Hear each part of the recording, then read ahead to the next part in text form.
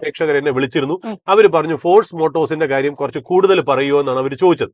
അതായത് force Motors എന്താണ്, അതിനകത്തുള്ള ഒരു ഇൻവെസ്റ്റ്മെന്റ് തീം, അതൊരു സാധാരണ ലൈറ്റ് കൊമേഴ്സ്യൽ വെഹിക്കിൾ കമ്പനി അല്ലേ എന്നാണ്. ശരിയാണ്, ഫോഴ്സ് മോട്ടോഴ്സ് ഓപ്പറേറ്റ് ചെയ്യുന്ന ചില സെക്ടറുകൾ, അതായത് ഗുർഖ എന്ന് പറയുന്ന SUV അവരുടെ ഒരു വലിയൊരു പ്രോഡക്റ്റ് ആണ്. അത് ഗുർഖ എന്ന് പറയുന്ന പ്രോഡക്റ്റും ട്രാക്സും ഒരുപാട് കോമ്പറ്റീഷൻ ഉള്ള പ്രോഡക്റ്റാണ്. നമ്മൾ പറഞ്ഞു മഹീന്ദ്രയുടെ താറുണ്ട്, അതുപോലെ തന്നെ മാരുതി സുസുക്കിയുടെ ജിംനി ഉണ്ട്, ടൊയോട്ടയുടെ ഹൈലക്സ് ഉണ്ട്, ഇസുസുന്റെ വി ക്രോസ് ഉണ്ട്. അപ്പൊ അതിൽ വലിയ പ്രത്യേകതയില്ല, ആ വെർട്ടിക്കലിന് വലിയ പ്രത്യേകതയില്ല. രണ്ടാമത് വരുന്ന വെർട്ടിക്കലാണ് വളരെ ഇമ്പോർട്ടന്റ് ആയിട്ട് വരുന്നത്, അതായത് ടെമ്പോ ട്രാവലേഴ്സ്. അതായത് ഈ ടെമ്പോ ട്രാവലർ എന്ന് പറയുന്നത് ആ കാറ്റഗറിയിൽ മറ്റുള്ള കമ്പനിയിൽ നിന്ന് മീനിങ് ഫുൾ ആയിട്ടുള്ള ഒരു കോമ്പറ്റീഷനും ഒരു പ്രോഡക്റ്റും ഇല്ല എന്നുള്ളതാണ് ഫോഴ്സ് മോട്ടോഴ്സിന്റെ ആ ഏറ്റവും വലിയ ബാരിയർ ഓഫ് എൻട്രി എന്ന് പറയുന്നത്. അതിനെ പല ആംഗിളിൽ കൂടെ കാണാം. അതായത് അതൊരു ക്വാസി ഹോസ്പിറ്റൽ സെക്ടർ സ്റ്റോറിയാണ്. അതായത് ഹോസ്പിറ്റൽസ് വലുതാവും തോറും ആംബുലൻസ് കൂടുതൽ വേണം, അവിടെയാണ് ടെമ്പോ ട്രാവൽ വരുന്നത്. ക്വാസി ഹോട്ടൽ സെക്ടറാണ്, അതായത് ടൂറിസ്റ്റുകൾ കൂടുതൽ യൂസ് ചെയ്യുന്നത് അതാണ്. അപ്പൊ അതുകൊണ്ട് ആ ഹോസ്പിറ്റൽ സെക്ടറിന്റെ വളർച്ചയും ഇതിനെ അഫക്ട് ചെയ്യും എന്നുള്ളതാണ്. പിന്നെ എഡ്യൂക്കേഷൻ സെക്ടറിന്റെ സ്റ്റോറിയും കൂടെയാണ്. കാര്യം സ്കൂളുകൾ കൂടുന്തോറും ഒരുപാട് സ്കൂൾ ബസ്സുകൾ വരുന്നതും ഇത് തന്നെയാണെന്നുള്ളത്. ഇത് മാത്രമല്ല ഒരു ക്വാസി ഏവിയേഷൻ സ്റ്റോറിയും കൂടെയാണ്. നമുക്കറിയാം ക്യാബിൻ ക്രൂസിനെയൊക്കെ ട്രാൻസ്ഫർ ചെയ്യുന്നതും പാസഞ്ചേഴ്സിനെ ഇത് ചെയ്യുന്നതും ഒക്കെ ഈ പറയുന്ന പോലെ ടെമ്പോ ട്രാവലറുകളിൽ നിന്ന്. അപ്പൊ അതാണ് ആ ടെമ്പോ ട്രാവലറിന്റെ ആ നിഷ് എന്ന് പറയുന്നത്. പിന്നെ വരുന്ന മൂന്നാമതാണ് ശരിക്കും പറഞ്ഞാൽ ഇതിനകത്തുള്ള അഡ്വാൻറ്റേജ് അല്ലെങ്കിൽ ഏറ്റവും നിഷ് ആയിട്ടുള്ള കാര്യം. ഒരു ഇൻവെസ്റ്ററിന് ഇന്ത്യയിലെ ലക്ഷറി കാർ മാർക്കറ്റ് ആയിട്ടുള്ള കാർ മേക്കേഴ്സ് ആയിട്ടുള്ള ബെൻസിന്റെ ഗ്രോത്ത് സ്റ്റോറിയോ അല്ലെങ്കിൽ BMW പാസഞ്ചർ വെഹിക്കിളിന്റെ ഗ്രോത്ത് സ്റ്റോറിയോ നിങ്ങൾക്ക് ഇൻഡയറക്ട്ലി പ്ലേ ചെയ്യണമെന്നുണ്ടെങ്കിൽ അവിടെയാണ് ഫോഴ്സ് മോട്ടോഴ്സ് എന്ന് പറഞ്ഞത്. കാര്യം ഫോഴ്സ് മോട്ടോഴ്സ് ആണ് മെഴ്സഡീസ് ബെൻസിന്റെ പാസഞ്ചർ വെഹിക്കിൾസിനും BMW പാസഞ്ചർ വെഹിക്കിൾസിനും എൻജിൻസ് അസംബിൾ ചെയ്ത് കൊടുക്കുന്നത് എന്നുള്ളത്. അതായത് മെഴ്സഡീസ് ബെൻസിന് അവർ അസംബിൾ ചെയ്യുന്നത് ചാക്കാൻ പൂനെ പ്ലാന്റിലാണ്, BMWന് അവർ ചെയ്യുന്നത് ചെന്നൈയുടെ ഔട്ട്സ്കേർട്സിലാണ്. BMWന്റെ ഔട്ട്സൈഡ് ഓഫ് ജർമ്മനിയുടെ ആദ്യത്തെ അസംബ്ലിംഗ് ഫാക്ടറിയാണ് ഈ ചെന്നൈയിലുള്ള ഫോഴ്സ് മോട്ടോഴ്സിന്റെ.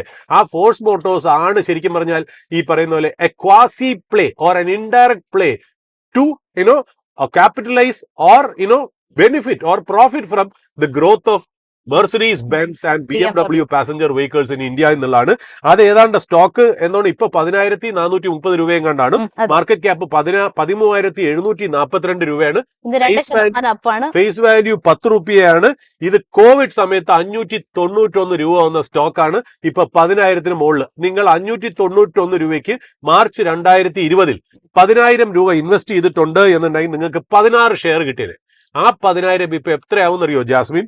1,70,270 രൂപയാണ്.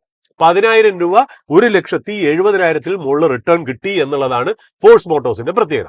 പിന്നെ ഇന്നത്തെ സ്പോട്ട്ലൈറ്റ് സ്റ്റോക്ക് നമ്മൾ ഈ പറയാൻ പോകുന്നത് ഏഞ്ചൽ വൺ ആണ്. അത് ബ്രോക്കിംഗ് കമ്പനിയാണ്. അത് നമുക്കറിയാം, ബ്രോക്കിംഗ് ആൻഡ് ഡെപ്പോസിറ്ററി ഡിവിഷൻ ആണ്. അതിന് ബേസിക്കലി ഉള്ള നല്ലൊരു മാനേജ്മെന്റ് ആണ് അതിനകത്തുള്ളത്. ഏതാണ്ട് ഇപ്പൊ പറയാം 2020 എങ്ങാണ്ടാണ് അത് ലിസ്റ്റ് ചെയ്തത് തന്നെ.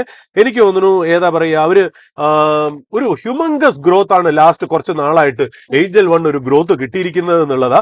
അതിന്റെ റിസൾട്ട്സ് ഒക്കെ വേണ്ട രീതിയിൽ വന്നില്ല. കാര്യം മാർക്കറ്റ് വളരെ നല്ല രീതിയിൽ നന്നായിരുന്നില്ല എന്നുള്ളത്. ബട്ട് ഒരു അസറ്റ് ലൈറ്റ് ബിസിനസ് മോഡലാണ് ഈ ഏഞ്ചൽ വൺ എന്നുള്ളത്. ബ്രോക്കിംഗ് ആൻഡ് ഡെപ്പോസിറ്ററി ആണ് അവരുടെ മെയിൻ സർവീസ്. രണ്ടാമതുള്ള മാർജിൻ ഫണ്ടിങ്, അതായത് ലോൺ അഗൈൻ ഷെയറും മാർജിൻ ഫണ്ടിങ്ങും കൊടുക്കുന്ന പരിപാടിയാണ്.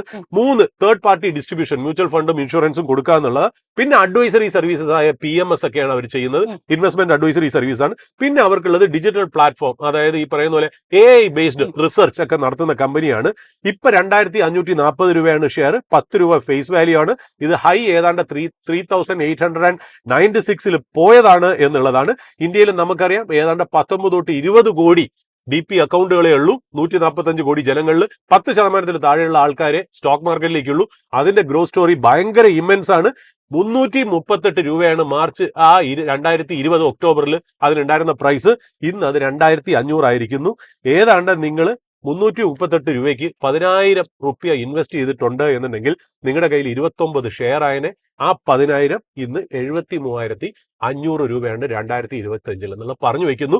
ഇത് നമ്മൾ എന്തുകൊണ്ട് ഇന്ന് സ്പോട്ട്ലൈറ്റ് സ്റ്റോക്കിൽ ഉൾപ്പെടുത്തിയെന്ന് വെച്ചാൽ ലാസ്റ്റ് 2-3 ദിവസമായിട്ട് ഇതിനകത്ത് അബ്നോർമൽ ആയിട്ടുള്ള വോളിയൂം നടക്കുന്നത്, നന്നായിട്ട് ഡെലിവറിയും നടക്കുന്നുണ്ട്. അതുകൊണ്ട് ഇൻവെസ്റ്റേഴ്സിന് ഇത് സ്പോട്ട്ലൈറ്റ് സ്റ്റോക്ക് ആയിട്ട് നിങ്ങളുടെ വാച്ച് ലിസ്റ്റിൽ വെക്കാം എന്നുള്ളത് പറഞ്ഞ് അവസാനിപ്പിക്കും.